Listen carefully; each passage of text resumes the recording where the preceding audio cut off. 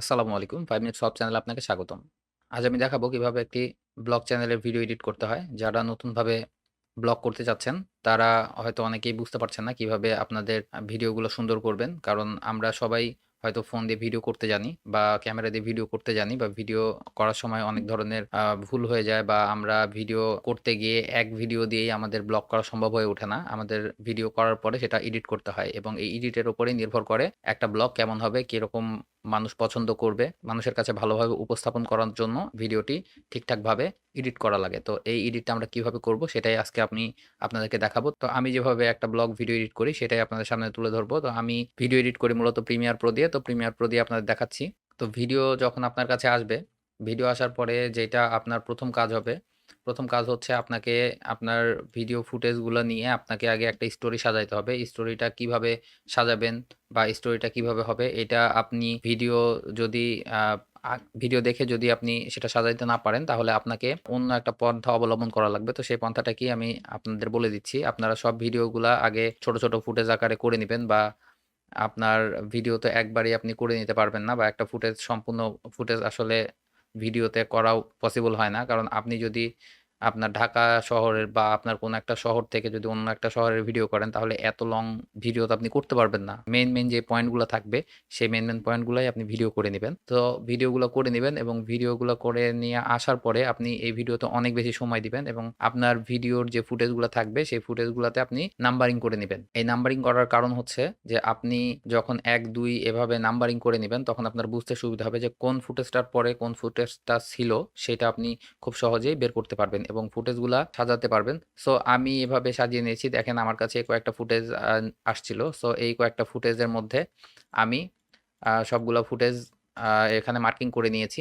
এখানে টোটালে ১৪ টা ফুটেজ আছে এবং এই ফুটেজের নাম্বারিং করার ফলে আমি বুঝতে পারতেছি যে কোন ফুটেজটার পরে কোন ফুটেজটা দিব। কারণ এইটা ১ নাম্বার দিয়েছি, তারপরে ২ নাম্বার মানে এটার পরে এই ফুটেজটা ছিল, তারপরে এইটা, তারপরে এইটা। কারণ ফুটেজ যদি আপনার উল্টাপাল্টা হয়ে যায়, ফুটেজ যদি উল্টাপাল্টা হয়ে যায় মানে সেক্ষেত্রে আপনার ভিডিও কিন্তু উল্টাপাল্টা হয়ে যাবে। যেমন আপনি দেখাতে চাচ্ছেন যে আপনি বাসা থেকে বের হলেন, তারপরে আপনি একটা অটোতে চড়লেন, তারপরে বাসে চড়লেন। এখন আপনি ফুটেজ যদি ঠিকঠাক না করেন তাহলে কি হবে? আপনি বাসে চড়ে গেলেন আগে, পরে গিয়ে অটোতে চড়লেন। তাহলে ব্যাপারটা অন্যরকম হয়ে গেল। সেক্ষেত্রে আপনারা ফুটেজগুলো নাম্বারিং করে নেবেন। নাম্বারিং করে নেওয়ার পরে আপনারা ফুটেজগুলা সম্পূর্ণ প্রিমিয়ার প্রোতে আপনারা ফুটেজ নিয়ে আসবেন। ফুটেজগুলা নিয়ে আসলে দেখেন আমি একটু বড় করে দিচ্ছি এখানে আপনাদের বোঝার সুবিধার্থে।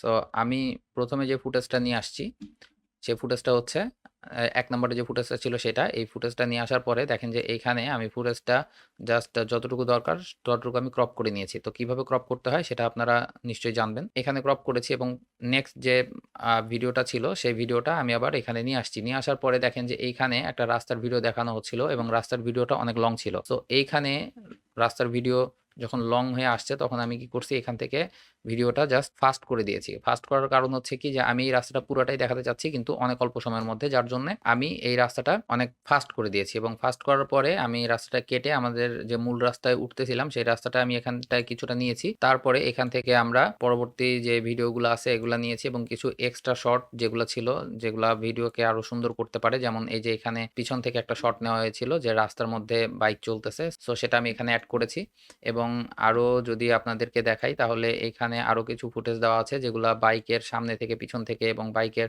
মাঝখান থেকে দেওয়া হয়েছে। বাইকের মধ্যে কিছু আপনার আ শট পড়েছে যেই শটগুলা মানে অনাকাঙ্ক্ষিতভাবে চলে আসছে।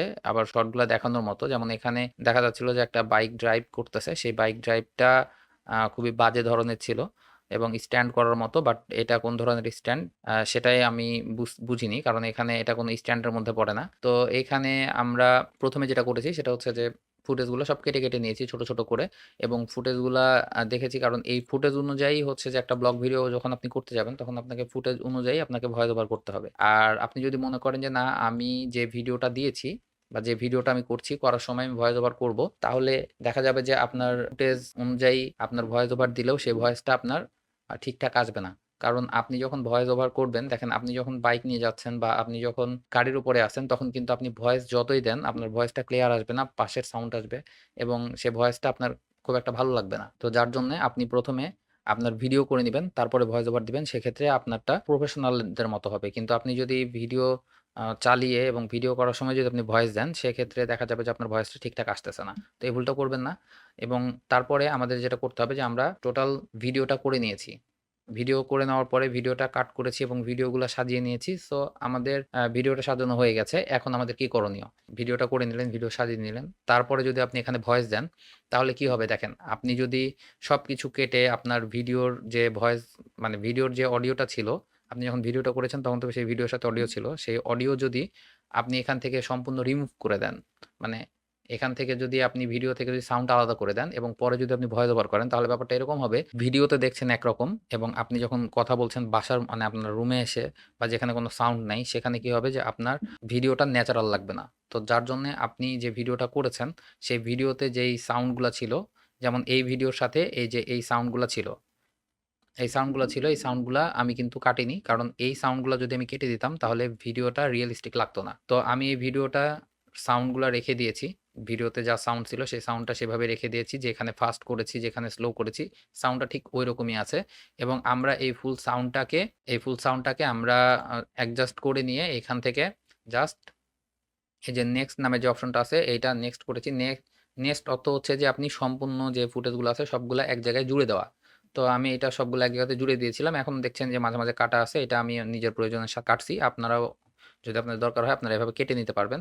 সো এই ভিডিওর সাথে যে ভয়েসগুলো ছিল, এই ভয়েসটা আমরা সাউন্ড লেভেলটা এখান থেকে গিয়ে জাস্ট সাউন্ড লেভেলটা কমিয়ে দিয়েছি। কারণ আমরা এই সাউন্ডটা রাখবো একদম ব্যাকগ্রাউন্ড সাউন্ড হিসেবে এবং তারপরে আমরা এখানে যে স্টোরিটা সাজিয়ে নিয়েছি সেই স্টোরি অনুযায়ী এখানটায় ভয়েসটা আমরা দিয়েছি। আমরা এটা এক্সট্রা ভাবে ভয়েস দিয়েছি এবং এই ফুটেজ দেখে, দেখে ভয়েস দিয়েছি।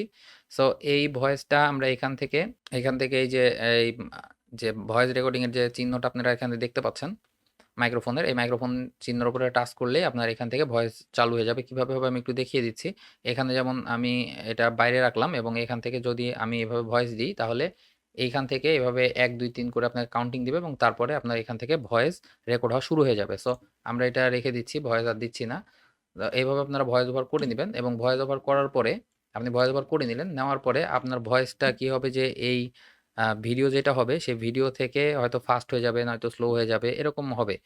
আর বেশিরভাগ ক্ষেত্রে এরকম ভিডিও দেখে, দেখে আপনি যখন কথা বলতে যাবেন তখন কি হবে, ভিডিও আগে চলে আসবে, মানে সরি, ভিডিওর পরে আপনার ভয়েসটা চলে যাবে। যেমন আমি যদি এখানে বলি যে এই বাইকটা সে ঘুরাচ্ছে বা এই বাইকটা নিয়ে আমরা এখন এক জায়গায় যাচ্ছি, কিন্তু দেখা যাবে যে বাইকটা ঘুরতে, ঘুরতে আপনার বলা হয়তো আগে হয়ে গেছে বা আপনার বাইক ঘুরেনি বলা হচ্ছে। সো এই জিনিসটা আপনারা কিভাবে মেইনটেইন করবেন? আপনারা যেটা হচ্ছে সেটা করে নিবেন।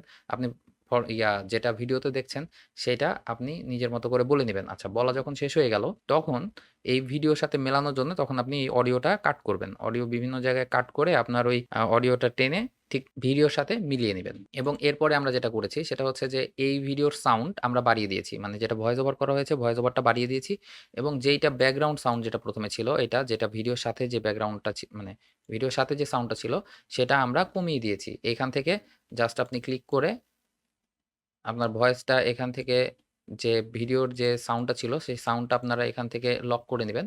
লক করে নেওয়ার পরে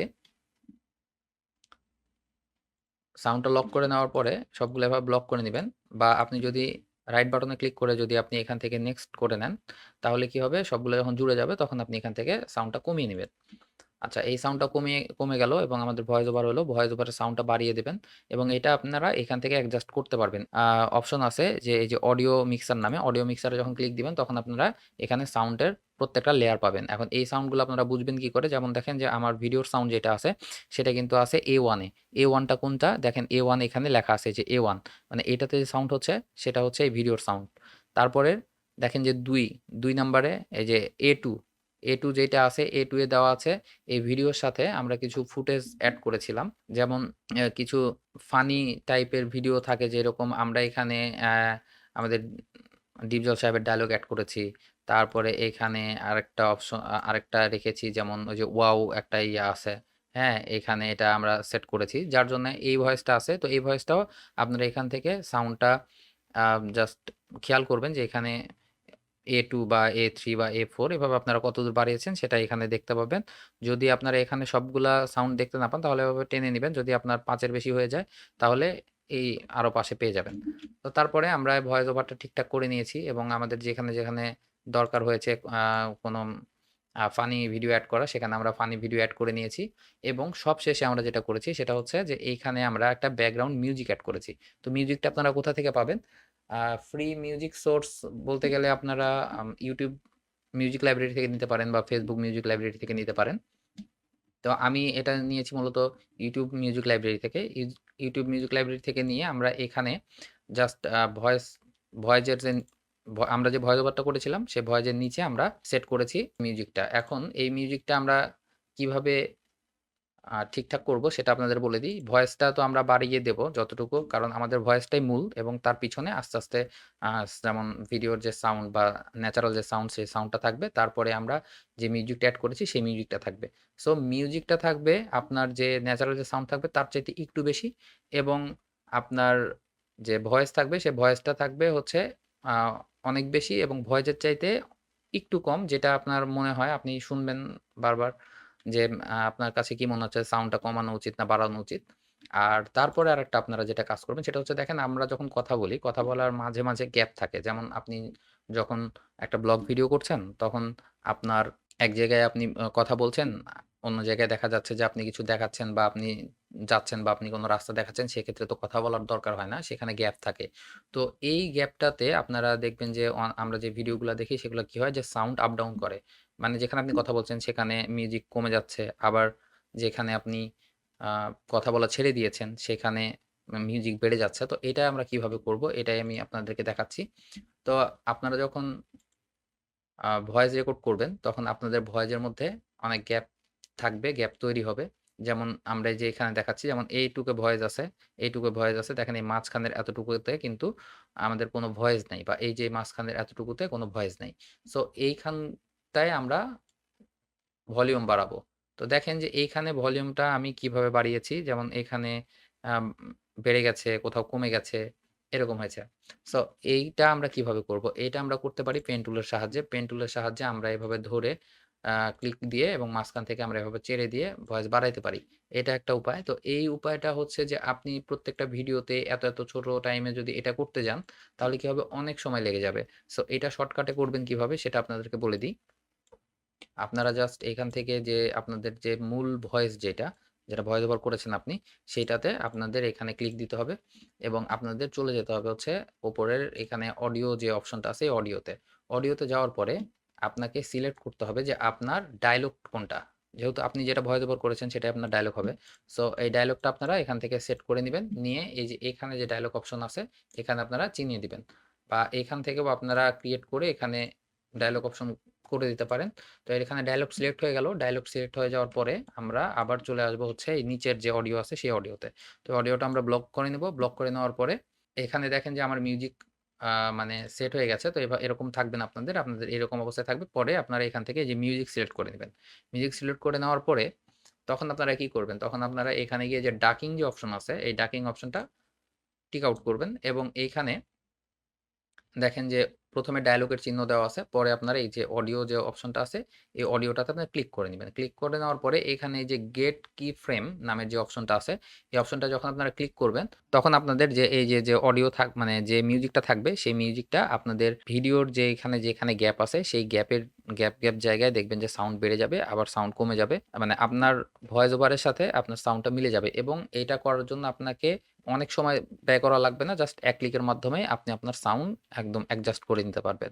আরেকটা গুরুত্বপূর্ণ বিষয় সেটা হচ্ছে যে দেখেন একটা ভিডিও করতে গেলে সবচাইতে বড় যে কাজ হয়, যেটা জরুরি কাজ, যে আপনি যেখানেই ভিডিও করবেন না কেন আপনাকে কিন্তু কালার গ্রেডিং করতে হবে। এখন আমাদের ব্লগ ভিডিও করার সময় কি হয় যে আমরা বিভিন্ন জায়গায় বিভিন্ন ধরনের ফুটেজ কিন্তু নিয়ে নিই। অনেকগুলা ফুটেজ থাকে এবং প্রত্যেকটা ফুটেজ যদি আপনি এই ছোট, ছোট ফুটেজ যেমন ১ মিনিট ২ মিনিটের সরি মানে ৫ সেকেন্ড ১০ সেকেন্ডের একটা করে ফুটেজ নিচ্ছেন। আবার অন্য জায়গায় ৫ সেকেন্ড ১০ সেকেন্ডের ফুটেজ নিচ্ছেন। মানে অনেকগুলো ফুটেজ হয়ে যাচ্ছে। যেমন দেখেন এখানে কিন্তু আমার ১৪ টা ফুটেজ ছিল। বাট কাটাকুটি করার পরে দেখেন এখানে অনেকগুলা ফুটেজ হয়ে গেছে। এখন এতগুলো ফুটেজ যদি আপনি একটা, একটা করে কালার গ্রেড করতে যান, তাহলে আপনার হিউজ পরিমাণ সময় লেগে যাবে এবং একটা কালার একটা কালারের সাথে আরেকটা কালার কিন্তু আপনার মিলতে গেলে অনেক প্রবলেম হবে। বা আপনাকে প্রত্যেকটা মানে একটাই কালার করে নিতে হবে এবং প্রত্যেকটা কালার মানে প্রত্যেকটা ফুটেজে গিয়ে আপনাকে ওই যে কালার গ্রেডটা করেছেন বা যে কালার কারেকশনটা আপনি করেছেন সেটা কপি করে নিয়ে এসে আপনাকে প্রত্যেকটা ফুটেজে পেস্ট করতে হবে। তো এইটা না করে আপনি কি করবেন? এখান থেকে একটা অ্যাডজাস্টমেন্ট লেয়ার নিয়ে নিবেন। অ্যাডজাস্টমেন্ট লেয়ার কিভাবে নিবেন আমি আপনাদের একটু দেখিয়ে দিচ্ছি। তো আমরা এখান থেকে গিয়ে আমরা নিউ করব। নিউ এ গিয়ে আপনাদের এখানে দেখেন এই যে অ্যাডজাস্টমেন্ট লেয়ার নামে আছে। এটা আপনাদের এইরকমভাবে হাইড হয়ে থাকবে না। আপনাদের উঠে থাকবে। আমি এখানে একটা নিয়েছি যার জন্য দেখাচ্ছেন। তো অ্যাডজাস্টমেন্ট লেয়ার নিবেন। অ্যাডজাস্টমেন্ট লেয়ার নেওয়ার পরে অ্যাডজাস্টমেন্ট লেয়ারের উপরে এভাবে ক্লিক দিবেন। দেওয়ার পরে এখানে যে কালার অপশন আছে, কালার অপশনে যাবেন। কালার অপশনে যাওয়ার পরে আপনারা এখান থেকে যেভাবে কালার গ্রেড করতে হয় সেভাবে আপনারা যতটুকু দরকার আপনার ফুটেজের জন্য সেভাবে কালার গ্রেড করতে পারবেন। তো কালার কারেকশন বা কালার গ্রেড কিভাবে করতে হয় সেটা নিয়ে আমার ভিডিও আছে। আপনারা যদি চান তাহলে দেখতে পারেন। আমি ডেসক্রিপশনে বা এই ভিডিও শেষে বা আই বাটনে দিয়ে দিব। আপনারা চাইলেই কালার গ্রেড কিভাবে করতে হয় সেটা খুব সহজে দেখে নিতে পারবেন।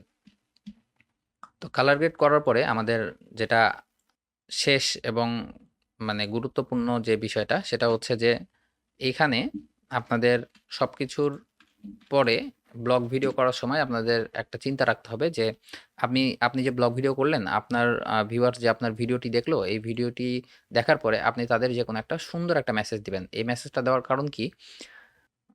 আপনি যে ব্লগ ভিডিওটা করছেন বা আপনার যে পেজ বা আপনার যে আইডি সেটা নিয়ে যেন একটা মানুষের সুন্দর একটা ধারণা থাকে বা আপনার এই মেসেজটা যেন ইউনিক হয় এবং এই মেসেজটা মানুষ যাতে মনে রাখে বা সেটা যেন মানুষের জীবনের জন্য কার্যকরী একটা মেসেজ হয়। সো এরকম একটা মেসেজ দিয়ে আপনার ব্লগ শেষ করতে পারেন। আর আপনার ব্লগের মধ্যে কিছু ফানি ক্লিপ আপনি এড করতে পারেন। ফানি ক্লিপ কোথায় পাবেন? যেমন আমাদের আমরা অনেকেই দেখি যে ব্লগার আছে, অনেক ইউটিউবার আছে যারা কিছু ফানি ক্লিপ ইউজ করে এবং ফানি ক্লিপগুলা এমনভাবে ইউজ করে যে ঘটনা, সেই ঘটনার সাথে ফানি ক্লিপটা মিলে যায়। সো আপনি ফানি ক্লিপগুলা ডাউনলোড করে নিতে পারেন এবং এগুলা খুব ছোট আকারে যেমন ২ সেকেন্ড, ৪ সেকেন্ড, ৫ সেকেন্ডের মধ্যে আপনি এগুলা এড করতে পারেন। তাহলে কপিরাইট আসবে না। আর চাইলে একটু কালার কারেকশন করে নিতে পারেন যে ফুটেজটা এড করবেন সেটাতে। আপনি ফুটেজ যখন তৈরি করবেন তখন ন্যাচারাল বা রিয়ালিস্টিক রাখার ট্রাই করবেন যেন সাউন্ড এবং ফুটেজ ২ টা যেন আপনার কানে আসলে মনে হয় যে না আপনি ঠিক যে ভিডিওটা দেখছেন আপনি সেইখানে অবস্থান করছেন। এইরকম যদি আপনি ভিডিও তৈরি করতে পারেন তাহলে আপনার ভিডিও মানুষ দেখবে এবং দেখে মানুষের ভালো লাগবে। আপনি যে ভিডিওটি তৈরি করছেন সেটা যখন মানুষের কাছে ভালো লাগবে তখন মানুষ দেখবে এবং YouTube বা Facebook আপনার এই ভিডিও আরো অনেক মানুষের কাছে প্রচার করবে। তো এইভাবেই আপনি আপনার ব্লগ ভিডিও অনেক সুন্দরভাবে তৈরি করতে পারেন। আপনি যদি এই ভিডিও দেখে আপনার ব্লগ চ্যানেল ওপেন করতে চান বা আপনার ব্লগ ভিডিওগুলা তৈরি করেন, তাহলে আমার এই ভিডিও করাটা সার্থক হবে। তো এতক্ষণ কষ্ট করে যারা আমার ভিডিওটি দেখলেন তারা অবশ্যই আমার চ্যানেলটিকে সাবস্ক্রাইব করবেন। যারা Facebook থেকে দেখছেন তারা অবশ্যই ফলো করবেন। নেক্সট ভিডিও পর্যন্ত সবাই ভালো থাকবেন, সুস্থ থাকবেন। আসসালামু আলাইকুম।